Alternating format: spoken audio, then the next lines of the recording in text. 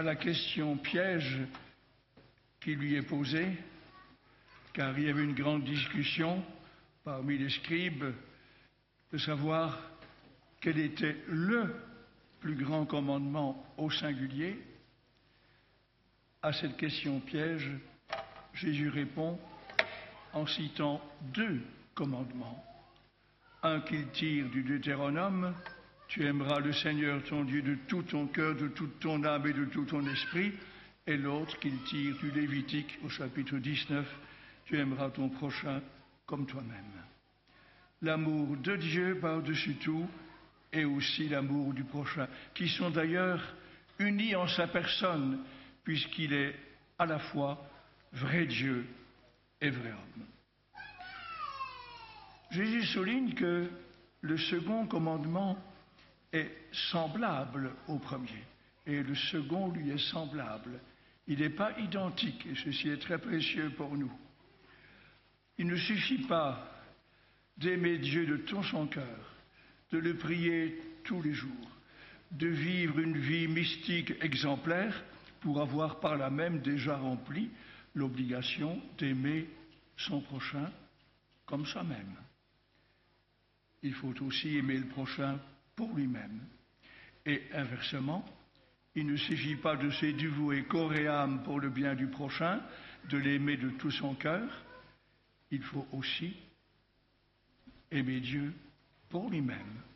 On n'a pas rempli l'appel à l'amour de Dieu en ayant rempli seulement notre obligation à l'égard du prochain.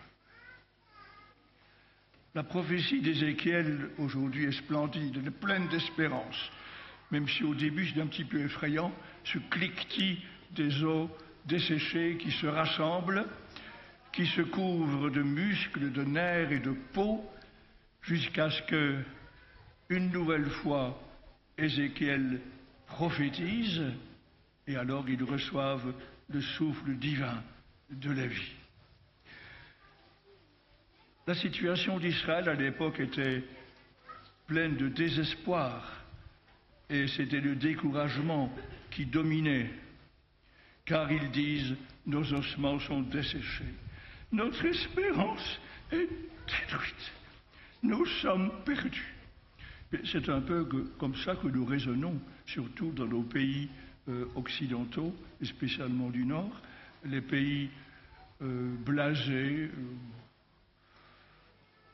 désabusés, sécularisés, et où nous avons souvent le sentiment que tout s'en va. Les églises se vident, on a de moins en moins de prêtres et de personnes consacrées, on ne sait pas très bien où on va, quel est l'avenir encore de l'Église, etc., etc. Que de découragement. Nos ossements sont desséchés, notre espérance est détruite et nous sommes perdus.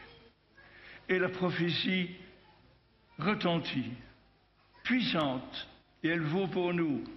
Ainsi parle le Seigneur Dieu, je vais ouvrir vos tombeaux et je vous en ferai remonter ô mon peuple.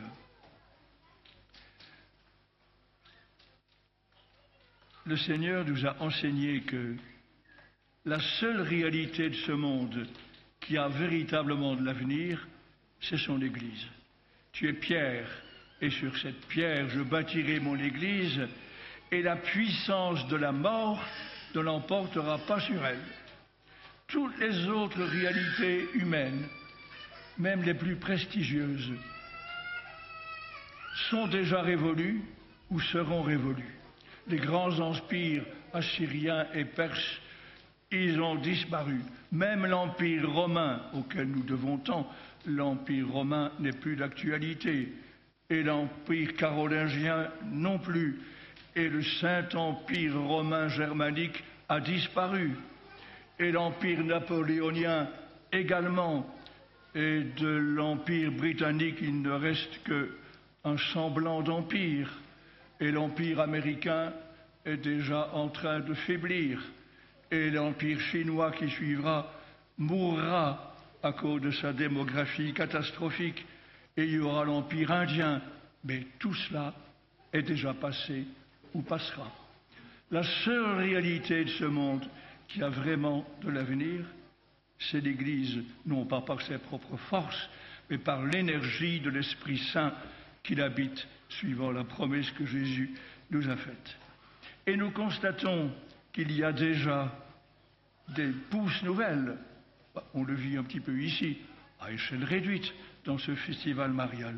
Nous savons que nous devrons encore passer, comme annoncé par la seconde lettre de Paul aux Thessaloniciens, nous devrons encore passer par la grande épreuve.